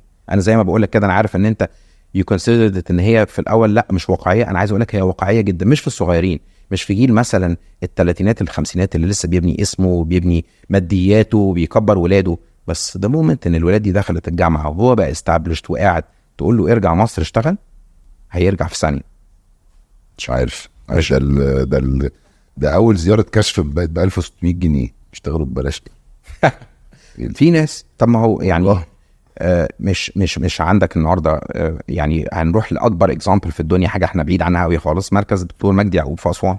الاثنين الجراح القلب والكارديولوجيست اللي ماسكينه دكتور مجدي يعقوب ده في حته تانية خالص، لا لوحده خالص. مش نجح ان هو يجتذب دكاتره، ونجح ان هو يعمل، بقت النهارده انت كبيشنت ممكن تعمل العمليه دي as part of a donation وبتسيب دونيشن في الاخر في المركز، ونجح ان هو يخلق ويف من الدكاتره اللي رجعوا عنده اشطر دكاتره في تخصصهم ما بين كهرباء قلب وجراحه قلب وكارديولوجيست وهكذا. هو عارف يعمل الكلام ده ازاي؟ ما الناس دي مش بتدفع فلوس، يعني دي منظومه في الاخر نون فور بروفيت، فهي غير هادفه للربح، ونجح انه يعمل الكلام ده. انت تقدر تاسس الموضوع ده على جميع التخصصات الطبيه والجراحيه، بس محتاج افرت، مش هتحصل بسهوله. طب احنا كنا بره واحنا بنتكلم، كنت بتقول لنا ان في ناس كتير جدا او دكاتره كتير جدا بقت دلوقتي ده بقى العادي ان هو بيطلعوا يتصدروا ان هم يقعدوا بره في لندن او وات ايفر يتأجروا يعني صح. بس هم اللي بيختاروا ان هم يروحوا، هي مش بيتهجروا يعني الدولة. لا هم اللي بيختاروا. هي مش بتقول الدولة، يعني تقدر تقول ان هو بيبقى قدامه انت امتحانات المعادلات لما بتعملها وانت راجل هنا قوي، تعمل امتحان معادله بيبقى حق ليك ان انت تروح تمارس العمل بكره في الدوله الخارجيه دي لو جالك عرض عمل، وعروض العمل قد كده، بس بتحتاج تعمل معادله. طبعا بتعمل معادله دي وانت قاعد هنا وانت في شغلك هنا، وذر في وزاره الصحه ولا وذر في المستشفيات الجامعيه، بتخلص امتحانات المعادله، وده اللي انا عملته من 6 شهور لسنه مثلا تقريبا، بتاخد منك مجهود سنه، واحنا بنعرف نذاكر كلنا الدكاتره دي بتذاكر وانت في العربيه وبتذاكر وانت في المستشفى. الناس دي بقى بتيجي تروح مسافره تخلص معادلاتها وتسافر. ليه بيسافروا؟ لان هناك مرتبات احسن، وعاده نقطه مهمه قوي، الدكتور عاده متجوز دكتوره، فالدكتور والدكتوره دول بيبقوا مرتبين ما بيشوفوش بعض، ما بيشوفوش بعض فعلا، بيظبطوا نبشاتهم ما بيشوفوش بعض، بس هما الاثنين لما بيسافروا مع بعض فجاه الحياه بتقلب حياه كريمه جدا من وانت دكتور متداعي عشان ما بيشوفوش بعض. انت شايفها كده، بس هي فعلا ممكن تشاف كده، بس هو اللي بيحصل بقى الناس دي بتسافر. فبقينا يعني النهارده في انجلترا، انت كنت بتتكلم اكزامبل انجلترا يا كريم، ان احنا ثالث بلد في العالم النهارده مصدرين للدكاتره في انجلترا، الهند وباكستان قبلنا. في انجلترا تحديدا؟ لا انجلترا تحديدا، وفي العالم also، بس في انجلترا انت عملت في اخر 4 سنين زياده 222% في عدد الاطباء اللي مسافرين. هي دي ميزه وعيب. برافو عليك، انت بقى مش بقى كعيب، هي دلوقتي حالا عيب تحت رجلك عيب، بس انت بص بقى لانها ميزه. حاول تشتغل على ان انت النهارده ال 4100 دكتور اللي بيروحوا انجلترا في السنه دول، افكر ان انا اسيبهم شويه واجيبهم بقى تاني. لا ما تمام، ده زي لعيبه الكوره كده بيقول لك احترف وجاي من الاخر، دي تبقى هايله. بس يعني ده يعتبر الميزه اللي موجود. بس في نفس الوقت العيب ان انت بتخسره لمده سنين، اصلا مش هيروح يوم 2 ويجي. بس انا واحنا ما عندناش بتهيألي دكاتره اصلا في مصر كفايه اصلا. للاسف احنا من احد اقل بلاد العالم في نسبه البوبوليشن للطبيب، فانت لازم تحاول ان انت تعالج الموضوع ده، ان انت يا اما تحسن الظروف تخلي الدكاتره ما يمشيش من الاول، ودي انا شايف ان هي ممكن تكون حاجه صعبه كحل وقت سريع، لكن اللي اسهل منها ان انت تجتذب الاخرين. يعني انا بقول لك الشغل، انا بشتغل اهو بقى لي 17 سنه في مصر وفي انجلترا، واوفر ذا لاست اخر 4 سنين دول بشتغل تقريبا 80% من وقتي في مصر و20% من وقتي في انجلترا. انا اخد ال 80% دول في ثانيه عن ال 20%. هتقول لي بقى انت عامل فيها وطني وبتاع، خالص انا بحب الشغل في مصر.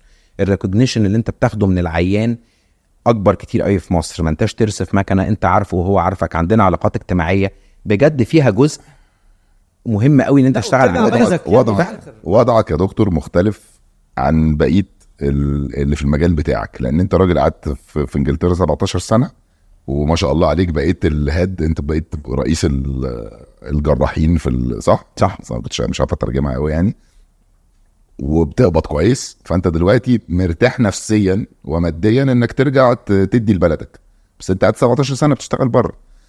الفضول اللي عندي بقى هو اللي ملخبطني شويه دلوقتي. من واحنا صغيرين دايما دكاتره مصر من احسن دكاتره العالم. صح. الدراسه عندنا سواء القصر العيني سواء القاهره سواء كل عين شمس كل الكلام ده الدراسه توب ليفل. واللي هو بيقولوا كمان ده اكد كده ان هم بيروحوا بتقعد بال 17 سنه، فده معناه انهم هناك بيقولوا ده انت جامد. هو دلوقتي احنا جامدين قوي، بس في نفس الوقت عندنا في مجتمعات معينه لما يحصل له يقول لك انا رايح المانيا لازم كلمني دكتور في المانيا مش واثق في الدكاتره، ففي لخبطه. وبعدين احنا لو جامدين قوي لازم يبقى احنا بنستورد برضو، صح ولا نصدر بس؟ دي نقطه بقى هايله. ففي لخبطه كده ماشيه، انا مش قادر. احنا جامدين، طب احنا لو جامدين او انتوا عايزين تروحوا لندن ليه؟ عشان فلوس ولا عشان لندن هتتعلموا فيها اكتر فترجعوا مصر اجمد؟ بص انا هكلمك على النقطه دي وهي بص يمكن احسن بوينت اتذكرت دلوقتي. النقطه دي من ناحيه لا يعني انتوا الاثنين محضرين نفسكم كويس جدا عشان دايما انا خليش افتح التليفون تاني والله عندي بلاوي تانية. لا انت دايما انا بضرب مطلع لك رقمين اسكتك بين الحلقه. بص انا بسيبه يلعب في لا والله لا فجاه ومدي واحده. لا بس انا اقول لك حاجه يا باسل، كريم عامل هوم ورك مرعب. انا لدرجه ان واحنا بنتكلم قبل الحلقه ابتديت احس ان انا لازم امسك التليفون عشان اذاكر قد كريم بجد. ما بقولش ما بغش. لا ما شاء الله فعلا. بفاجئه في وسط الحلقه. اسمع اللي جاي. لا يقول لك كريم عامل هوم ورك بس باسل دماغه هوم ورك. لا انت السؤال اللي انت سالتوني لا بقى السؤال اللي انت سالتوني ده سؤال مهم جدا هكلمك عليه بقى من ناحيتين. انت بتقول لي ناحيه المريض اللي هو بيقول لك ايه طب انا هسافر المانيا اعمل عمليه واسافر كذا. الكلام ده كان هايل جدا وكان كتير جدا لما كان الدولار رخيص. النهارده فتحه الصدر بتاعت السفر لبره دي قلت كتير جدا طبعا. وبقت في سيكتور اقل كتير قوي من المجتمع. انا كان في مستشفى بروحها في لندن والله في الريسبشن بتاعها انت بتتكلم بالعربي بس، مستشفى برايفت في منطقه اسمها جنب ايرلز كورت كده. المستشفى دي كان فيها مصريين قد ما فيها اي حد تاني في العالم، يعني المصريين 50% والعالم كله 50%، والناس تقعد بقى وفيها بير بريشر والناس تقعد تتكلم مع بعض وانا عملت عمليه عند فلان وانا عملت عمليه عند فلان. النهارده بتخش المستشفى دي ما فيهاش 2-3 مصريين على بعض. اللي حصل في العمله والتكاليف بتاعه السفر بره وتكاليف العلاج بره عرفت الناس ان لا انا لازم ادور على الاوبشن اللي موجود في مصر. بس ده سبب اجباري. ده سبب اجباري، بس لما حصل السبب الاجباري sometimes desperate times call for desperate measures. دي desperate times اوقات عصيبه. ان هو لما قعدوا هنا في مصر الناس دي واضطر وتعالج في مصر انبسط. انا اكتر حاجه بنبسط بيها هنا في مصر الريفيوز اللي بتجيلي ممكن على ماي اون بيرسونال سوشيال ميديا او كارت او لسه جاي لي امبارح علبه هوم ميد كوكيز من بيشنت انا عامل ايه. الحاجات دي بتدي لك تقدير. الناس ابتدت تحس ايه ده لا في دكتور ممكن يقدم الخدمه دي في مصر وعلى اعلى مستوى زي ما انت لسه قايل. دكاترتنا احسن دكاتره. دي بقى مش زي احنا عندنا اذكى واعظم طفل في العالم. احنا فعلا دكاترتنا احسن دكاتره اللي متعلمين الجامعيين عندهم التقنيه او السكيل، بالذات لو سافر اتعلم بره شويه ورجع لان هو خد كل حاجه. الكيس فوليوم الرهيب قوي اللي احنا بنشتغله هنا في مستشفياتنا الجامعيه على التعليم اللي بره، فبترجع تحس ان انت فعلا قوي. فده بسبب يعني ان عدد الناس في مصر كتير فهم بيجي لهم حالات كتير قوي. ده حقيقي. كميه ممارسه مخيفه. عندنا فوليوم تدريبي غير طبيعي تحت اشراف الاساتذه وقتها وبعد كده انت بتكبر وهكذا. أكيد. فانت النهارده متعلم وبقى عندك الفاسيلتيز والدولار ضايقك في ان انت تعرف تسافر بره، فالناس ابتدت تثق في السيستم هنا. ده انت بقى تقدر، ودي نقطه تانية اتكلمنا عليها، تقدر بمناسبه الموضوع ده وبسبب ضعفك. ثانك يو فيري ماتش. دي بقى دلوقتي انا هديها لك، دي اهم نقطه انت قلتها بقى. عمالين تتطرقوا من السؤال اللي هو بتسخنوا ان هو يروح حته. لا انا مش عايز، بالعكس انا عايز افضل بس انت خدت بالك ان انا قريته يعني انا قريته بس عشان يعني انت اخويا الولد. ليه بتروحوا بعد ما انتوا جامدين قوي في انا مش بهاجمك على لا بالعكس خالص، بتكلم بصوت بلسان الشعب عشان انا الشعبي اللي في الكنبه دي. سيبك بالواد ده فرفور امريكاني ليه على فكره مش مصلحتك تقول كده. ليه وانتوا جامدين ودراستكم جامده والدنيا حلوه ليه ممكن تبقى عايز تروح بلد تانية لما انت بلدك هتفيدك اكتر والكيسز اكتر والمش عارف فاهم قصدي؟ لا غير الفلوس is everything. صح. انت لو انت سافرت بره بتعمل قرشين كويسين في الاول بلا شك، لكن انت ليه عايز تروح بره؟ لو انا هنا هقعد هنا ان انا احاول اطلع للحظه ان الطب في مصر زي الطب في انجلترا ولا المانيا وكده ابقى جاي اهزر. it is not. بس ده من تكنولوجي، ده من اوحش تكنولوجي، احنا هنا اوحش في عموم كتكنولوجيا. الامور. حلو. بس انت تقدر تخلق ايلاندز، جزر من الطب الكويس، والجزر دي ان شاء الله تندمج مع بعض، فبالتالي تخلق فيلد طبي كويس في مصر. احنا لسه مش في الحته دي، بس ممكن نوصل لها بمساعده الاكسباتس اللي سافروا ورجعوا، والدكاتره اللي موجودين اللي فضلوا قاعدين شغالين على نفسهم. فالعيان ان هو يسافر بره، هو طبعا احنا دماغاتنا حلوه، لكن محتاجين التولز او الحاجات بالظبط. اللي تخلينا نطبق عليها الدماغ ده الجامده. حقيقي. بتهيألي عشان كل الار&دي او الابحاث اللي بتتعمل بره، احنا ما عندناش فهم انت مثلا بيجي الناس بيطلعوا مثلا مكنه جديده، جهاز جديد، هم بيجربوه الاول وبيقعدوا بيشتغلوا بيه كذا سنه الاول لعبال ما بيجي لك. فالناس اللي الناس اللي في بيقعد مثلا تعالى مثلا نقول 4 أو 5 سنين. الاربع 5 سنين دول الناس بتضطر تسافر عشان تستعمل الجهاز ده، صح. فاهم؟ لكن انت وانس الجهاز جاي لك هنا خلاص. فلو انت زيك زيه. لو انت جبت الجهاز ده بقى هنا، وعندك الدكتور اللي متدرب هنا وهناك ابن هذا المكان، ووفقت الدكتور والجهاز في فاسيلتي قادره على استحمال الاثنين دول مع بعض، هتجذب المريض وهتعمله. انا مش بشتغل هنا في مصر شغل اقل من اللي بعمله في انجلترا خالص. انا لما برجع اوريهم فيديوهات، احنا عملياتنا بتبقى متسجله على مناظير وبنعمل كيس برزنتيشنز واوري الحالات وهكذا. الشغل اللي انا بعمله هنا ما يقلش ملي على الشغل اللي انا بعمله هناك. وده مش شريف لوحده، ده شريف و150 دكتور تاني بين رايح وجاي، وتقدر تكترهم اكتر واكتر. وزي النقطه اللي انت كنا بنتكلم عليها برضو تاني، انت تقدر كمان تخلق انفلكس عيانين يجولك من بره بسبب ضعف العمله او يعني قوه العمله. تقدر تخلق كم دخول دولاري للبلد بسبب الوضع ده. لو انت عندك الدكاتره النهارده، مثلا الدكتور موجود في انجلترا وموجود في المانيا، فجاه الدكتور ده كمان موجود في مصر، بيشوف بيشنتس في انجلترا والمانيا ويقدر يوفر ذم ذس سيرفيس موجوده هنا برضو في مصر.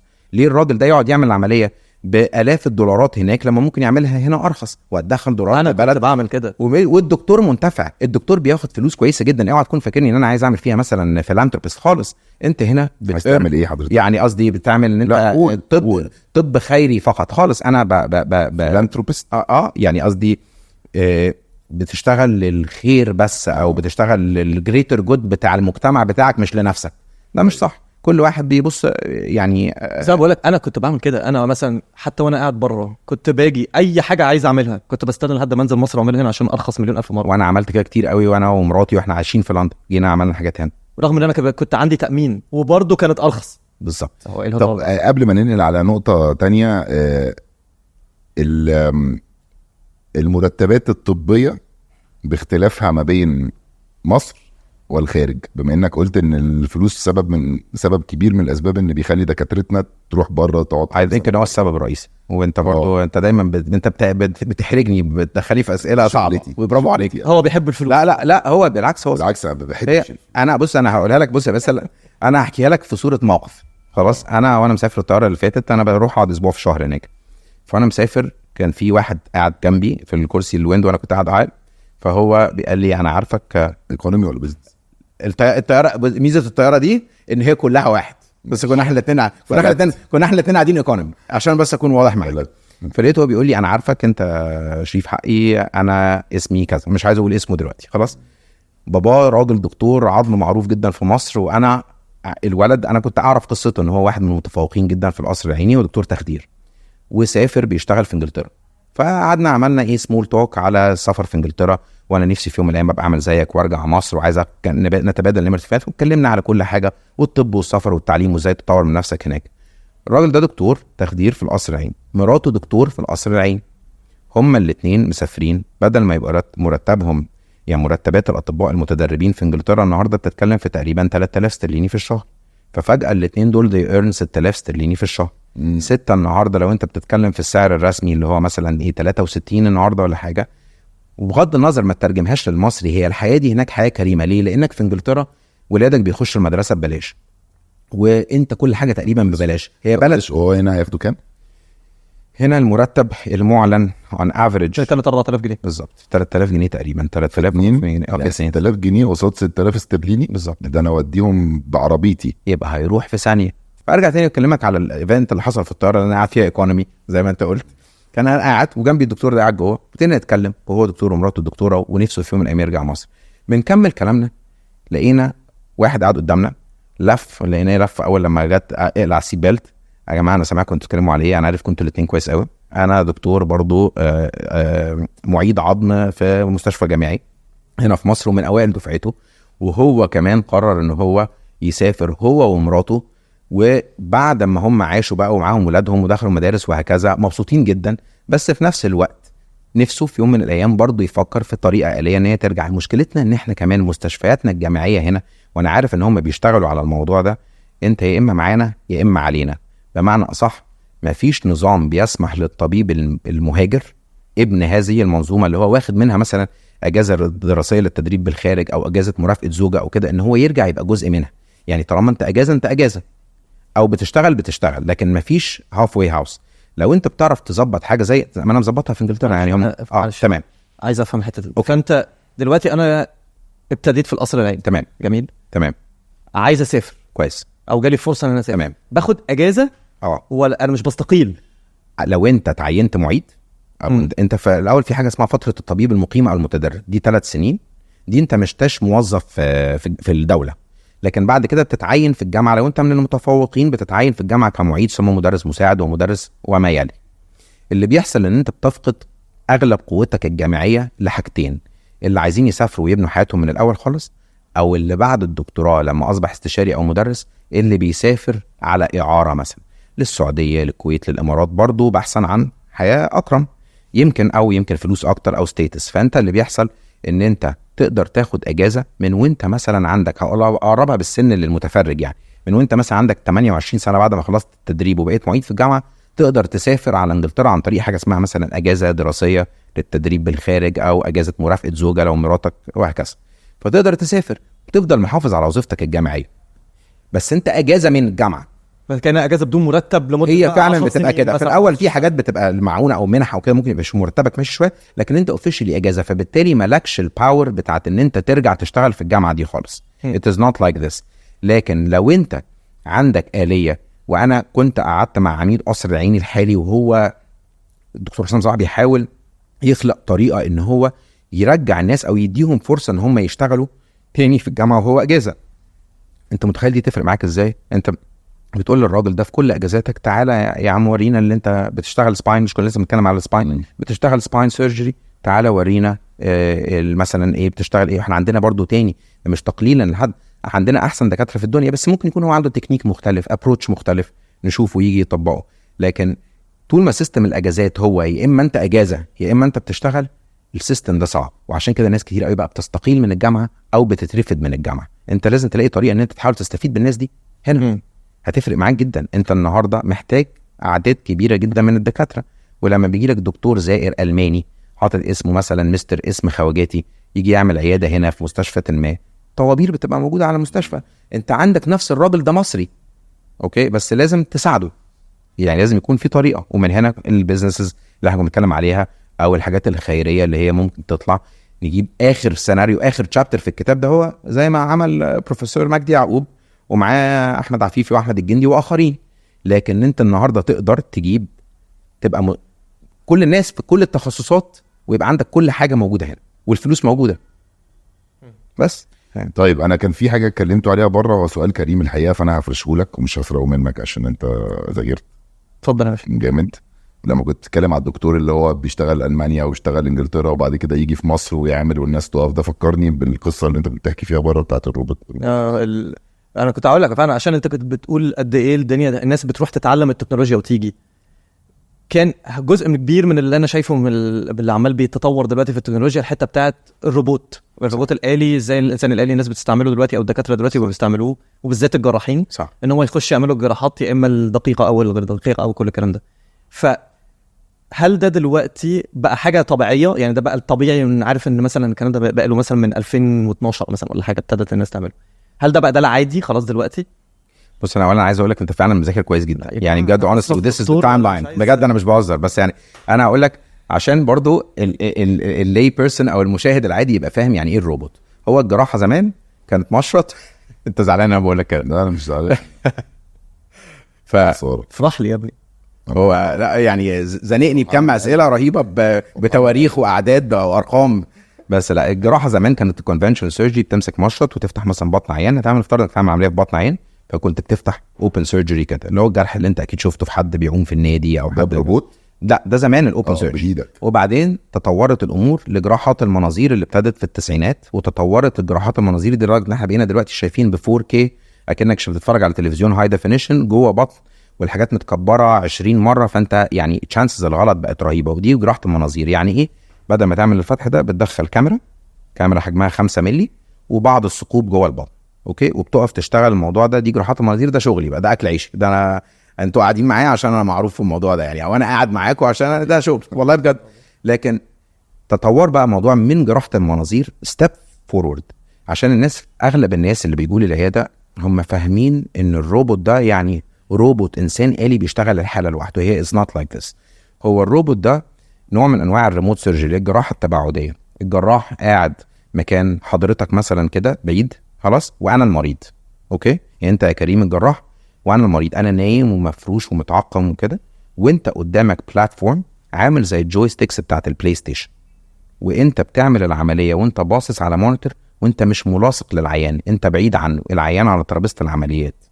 بيبقى فيه مساعد واقف على جنب العيان تحسبا لمشكله بعد الشر، او ساعات لحاجه اسمها التشفيط، يعني السكشن بتاع شويه دم او كده، لان دي حاجه لازم تتعمل ميكانيكال. لكن الجراحه نفسها والغرز والاستئصال بتاع الورم او هكذا بيتم عن طريق الجراح اللي قاعد على الروبوت. طب ايه ميزه الروبوت؟ بيديك 3 دايمنشنال فيجن مكبر داخل بطن المريض وانت قاعد بعيد عنه. فالجراحات دي عشان بس انتوا تبقوا عارفين، لان احنا لازم ندي المستشفيات الجامعيه المصريه حقها في الموضوع ده، لان هي اللي طلعت كل الدكاتره اللي بيسافروا يبقوا جامدين دول، ده موجود في المستشفيات الجامعيه المصريه. بقى في روبوتكس، في روبوتك سيرجري على اعلى مستوى. انا صديق عمري محمود عبد الحكيم بيمارس جراحات الروبوت في القصر العيني للعيان اللي عنده يعني ما من بيته في شبرا. لا هو لا محمود قاعد على الجويستيك، محمود قاعد على الجويستيك هنا، والعين بتعمل له الروبوت. انت بتعمل له 3 دايمنشن ريسكشن لسرطان البروستاتا او غيره، بس قاعد جنبه بالابن فجأة طلعه قاعد يعني قاعد في التجمع وفي بيشرب كوفي مع صحابه وبفتحين 2 مقاطعين بطيخه في على فكره هو ده اللي ممكن اقول لك حاجه، هو ده اللي هيحصل مع الوقت. ان هو بقى الفكره في الروبوت ده ان انت النهارده تجيب الجراح الخواجه الكبير جدا يعمل عمليه ريموت على بعد الاف الاميال عيان. على فكره هي جربت 100,000 مره، وفي بعض الجيوش اللي مش عايزين نذكر اسمائها بيعملوا الموضوع ده عن طريق جراحينهم اللي هم موجودين ريموت على بعد اميال بحريه لبيشنت عليه سيت اب روبوت في الفيلد بتاع الوور زون. طب ده انت اللي بتقوله ده في ناس، انا متاكد في ناس كتير ما تعرفوش، لان انا ما كنتش اعرفه قوي. طب تدخل الاي اي هنا ايه؟ ممكن بقى الدكتور يركن على جنب؟ غالبا في مستشفى النهارده في الصين قائمه وطلعوا الاي اي لتشخيص الامراض، مش للتدخلات لسه، مش للحاجات الهاند سكيلز، لتشخيص الامراض بيست على هيستوري المريض بيدخلها، وطلعوا تقريبا 93% accuracy. دي لسه ارتكل لسه طالعه جديده لانج. بس ده مش ده سؤال واجابه بقى، يعني لو انت حاسس بايه يا حبيبي؟ انا بالظبط حاسس ان انا سخن شويه. التقنيه ان انت يبقى عندك لسه مفيش هيومن فاكتور، مفيش العامل الانساني او العامل البشري في ان هو يعمل حاجه تقنيه بهذا الشكل، انا اظن ان هو بعيد جدا عننا، ولكن it is going there. احنا لو انا كنت قلت لك يا باسل من 10 سنين هيبقى في عربيه بتتساق لوحدها من غير بتاع، هنقول على بعض it's crazy. النهارده كل حاجه بتتطور، بس احنا لسه بعيد قوي عن هذا التطور، ولكن لو العامل البشري مهم جدا واحنا ما عندناش اكتر منه، احنا بس عايزين نجيبه يشتغل هنا. طب هسألك سؤال افتراضي خيالي، لو انت عيان تمام، واحنا بقينا في تكنولوجي فظيعه جدا في عالم الاي اي، انه الاي اي بقى يعني برافو، زي ما دلوقتي الاي اي بقى في حتت كتير قوي برافو، وانت عندك اختيار من الاثنين، هتخش عمليه اي اي ولا تخش عمليه مع دكتور بشخص ولحمه، وتختار ايه؟ اكيد مش انت مش عايز اقطع على اكل عيشي، فانا اكيد هشتغل اختار. يعني انا دلوقتي عندي بايس، انت دلوقتي لا انا العيان ده بقى موضوع مختلف. انا بقول لك لا حقيقه احنا بعيد، بس في يوم من الايام انا برضو راجل تقليدي جدا، فانت بتسال راجل يعني قديم قوي، يعني جاي لك لابس بنطلون بيج وقميص ابيض، فاهم، في بودكاست لذيذ. يعني انا تقليدي جدا وبركب عربيه تقليديه، وكل الناس بتركب كهرباء وانا لا لسه. فهتختار انا غالبا هختار العامل الانساني. انا بشوف احنا بنشوف تدخلاتنا في بعض في حالات المصايب لو حصل كومبليكيشن، لا غالبا هختار بني ادم لسه. يعني عارف، بس كنت هتثق يعني صعب قوي. ما هو دلوقتي موجود مثلا عربيات اللي سايقه لوحدها، بتخيش، بخاف اصلا، انا خايف اخدها. خلي بالك ده سؤال البودكاست بتاعكم ان شاء الله، لما انتوا اكبر بودكاست في العالم، مش بس اكبر بودكاست في مصر مثلا سنه 2038، هتساله السؤال ده بقى فعلا هيبقى 2038 I think it's لسه قدامنا 15 years 10 15 years. انا مش بعرف ليه انا قلت هتقول في خلال هتبقى اكبر بودكاست في العالم في 10 15 سنه ده في العالم. بقول لك في العالم يا مفتري كتير في العالم انتوا يعني. لا I think ان ده فعلا ده question للمستقبل. لسه بدري قوي على السؤال ده يعني. هو سؤال بجد هيبقى سؤال بيتسأل للاسف. العامل الانساني في الطب هيقل اكتر واكتر. بس هو عامه لو فعلا موضوع الروبوتكس ده ابتدى يزيد قوي فعلا ده انا بتهيألي اكتر ناس هتستفيد بيه البلاد الفقيره بلا شك. لان انت ممكن تبقى فعلا قاعد في لندن وبتعالج واحد في ناميبيا بلا شك. لازم تشتري الجهاز. لا لازم بس تكون ان انت كمان عنده انترنت جامده. كوركت. هو نهار اسود حلو قال بس هم اللي يبقى في نص عمليه والانترنت يقطع ده بجد على فكره لو ما عارف البتاع الدوريه بقى عارف لا الدوريه اللي بتقطع دي اللي عماله تعمل معاك دي مش هتحصل. المشرط بقى في ايد يرسمها هتلاقيها اترسمت على بطن. لا ما انت خلي بالك، ما انت يبقى عندك جراح واقف على الترابيزه برضه مش الحمد لله هيحصل. احنا مش دكاتره اقسم بالله كان زمان الناس ماتت. انتوا حطيتوا سيناريو قتل الروبوتكس في مقتل يا جماعه يعني. قصدي ما حدش تسمع كلمه روبوتكس دي هيطلعوا يجروا يعني. طيب تحب عندك اي رساله تقولها للشباب اللي متمرمطين في جامعات كليات طب وقاعدين بيدرسوا وهيقعدوا يدرسوا مدى الحياه في مسيرتك الاكثر من رائعه انك سافرت 17 سنه ورجعت actually انا عايز اقول له انت مش بتتمرمط زي ما انت متخيل. انت actually بتتعلم and it's going to pay back. الموضوع ده هيرجع لك كله. بس موت نفسك يعني. keep your head down وفوكس كده وركز في اللي انت بتعمله لانك في الاخر هتوصل. بس هو الطريق صعب وكله عراقيل في الاول بس انت ده بيقويك. والتدريب اللي احنا بناخده هنا في عدد العيانين اللي عندنا مع اساتذتنا الجامعيين اللي موجودين في مصر التدريب بيوقفك على رجليك جامد جدا. حتى لو انت مش عايز توصفه في الوقت ده قرفان وتعبان ومش بتاخد فلوس كفايه ويمكن زهقان فبتبقى مش شايف الامور زي ما هي. بس لما بتكبر شويه بعد شويه وترجع تبص للايام دي تكتشف قد ايه هي فادتك. فركز في اللي انت بتعمله وكمل واشتغل. الموضوع ده هيوصلك لحاجه. سافر واعمل معادلاتك وركز فيها وروح وسافر وخليك زيك زيهم هناك وتفوق عليهم كمان واشتغل قد كده. بس ما تنساش بلدك وحاول ان انت ترجع. انا مش بقول الموضوع ده لوطنيه زائفه بالعكس خالص. ده في افاده ليك انت شخصيا ان انت تبقى موجود جزء من المجتمع اللي انت اصلا من نسيجه ان انت ترجع له. دي فيها افاده كبيره ليك انت مش شايفها. فحاول ان انت تتعلم قد ما تتعلم وتتمرمط كمان هناك قد ما تتمرمط. لان انت اوعى تفتكر ان السفر مش مرمطه وان الناس مستنياك على كفوف الراحه. ده مش هيحصل. وبعد ما تكبر وتقوى وتشد حيلك وان شاء الله تقف على رجلك علميا واجتماعيا وماديا ارجع بقى وحاول يبقى ليك رجل في البلد دي لانك هتستفيد وهتفيد. تمام. لا كلام. لو رجع بيك الزمن بقى تاخد المشوار ده كله تاني 1000%. انا بحب شغلانتي حب مش طبيعي. عندنا لاف هيت ريليشنشيب معاها. مفيش ما يعديش يوم غير لما بتشتم فيها وانا ايه اللي خلاني اعمل في نفسي كده. انما انا بحب شغلانتي جدا وبحب اللي انا وصلت له فيها جدا الحمد لله. ايه الاحساس بقى اللي بيحسسك ان انت اخدت المشوار الصح؟ اكتر حاجه في الدنيا فعلا هي لما انت طبعا انك تبقى مستريح ماديا واجتماعيا دي بتفرق معاك جدا. بس لما يجي مريض يشكرك على اللي انت عملته انت بتبقى مبسوط جدا. الناس تيجي تقول لك انا مبسوط من مستوى الخدمه ده ما كنتش متخيل ان في موجود كده هنا. انا كان عندي اكس وشفيت منه والحمد لله انت سبب بعد ربنا ان انت كنت الاداه او الاله ان انت تعمل كده. ونجحت ان انا اكون فريق معايا وزمايل لايك مايندد بيفكروا زيي وكلنا عندنا نفس الاثكس ونفس طريقه التعامل.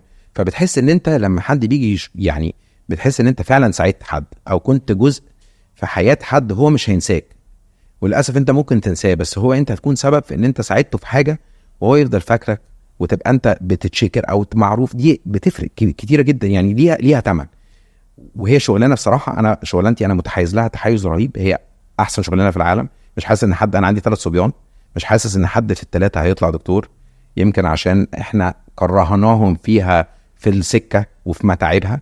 ولكن هي شغلانه عظيمه ومش كل حاجه بتتقاس بالجنيه يعني. هي بتوصل. هي شغلانه عظيمه. بس هي واقول لك بصراحه حاجه يعني انا خدت بالي منها فيك. انت متواضع جدا والله ما بهزر بالنسبه للدكاتره. لان الدكاتره كتير بالذات اللي بيوصلوا لمرحله معينه بيبقى عندهم قوي حته اللي هو عارف بيقول لك دايما جود كومبلكس شويه. اللي هو انا بيبقى عندهم الحته بتاعت اللي هو انا بنقذ حياه الناس. انا فعندهم حته الدكتور دي قوي. بس هم غالبا بيبقوا في السبعينات من العمر. لا لا لا لا, لا خالص. الراجل عنده 46 سنه خالص. صغير جدا على اللي هو فيه اصلا. والله خالص. لا والله سكوب الدكاتره في مصر ابتدى يتغير، والناس ابتدت تبقى بتدي المريض حقه وتتعامل معاه وتاخد وتدي. انا عارف اللي انت بتوصفه ده كويس يا بقول كريم. لك انا اسف بس قبل قليل. ان حلقتنا بتاع الحته دي بتستفزني بطريقه اللي هو تخش الدكتور مخضرم جدا ما ده اللي انا قصدي عليه. 500 واحد قاعدين بره، تخش دكتور والله سرق خد كيزورفين في تعيستري. دكتور طب خليني اشرح لك، ودانك بتطرطق يا حبيبي. طب هقول لك ما بتطرطق عشان دي ايوه ركبك انا عارف، خد كذا. بيبقى بقى راجل كلامك صح تقيل جدا. انا مش عارف اصلح لك الاستجمة اللي عندك على الاطباء دي، لان هي للاسف مش غلط، بس هي هتتغير لان الناس ابتدت تسمع والناس ابتدت تتواجد والناس ابتدت تسافر وتشوف بره. عندك دلوقتي عندك لعيبه كوره راحوا ورجعوا بره، وعندك هكذا. ده هيحصل في مجال الطب وهيغير السبيكترم بتاع الطب، بس بروفايدد ان في اماكن تستلقى الناس دي كلها. والدكتور على فكره مش لازم الدكتور يبقى سافر ورجع مصر عشان يبقى دكتور كويس. لا طبعا. الدكاتره اللي قعدوا في مصر وتدربوا التدريب الجامعي وتدريبات في وزاره الصحه قويه واشتغل على نفسه وطور في نفسه، ده دكتور راجل محترم جدا واشتغل، ويمكن ظروفه ما ساعدتوش ان هو يسافر وبيطلعوا في ولكن النص. هيوصل برضه. ان شاء الله كل الناس دي بقى تكتر مع بعض وتبقى موجوده مع بعض وتخدم البلد ان شاء الله بشكل احسن كتير. وهي الدكاتره دي بيطلعوا في النص يعملوا كورسات وبيعملوا طبعاً. بيبقى فيه الحاجات اللي هي المؤتمرات الكبيره وبيتعلموا. باختصار حد اشتغل على نفسه، مش حد عمل صفحه تيك توك ولا انستجرام وطلع باع بيها وخلاص السلام عليكم. لا، حد اشتغل على نفسه وان شاء الله كبر.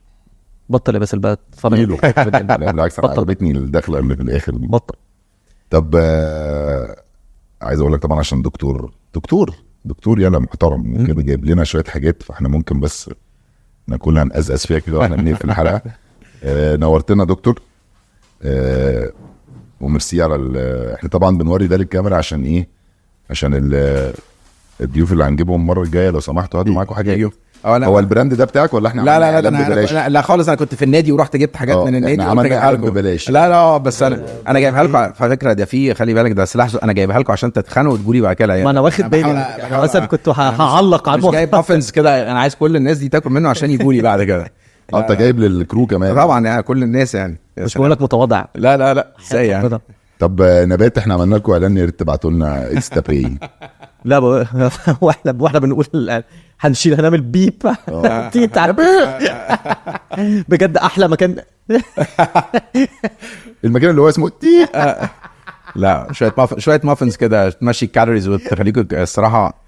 ثانك يو فيري ماتش. يا سلام. بس تيجي احط واحده لك براوني كده اسقط لك بالونه. مش ناقص اصلا اسقط لك بالونه اول.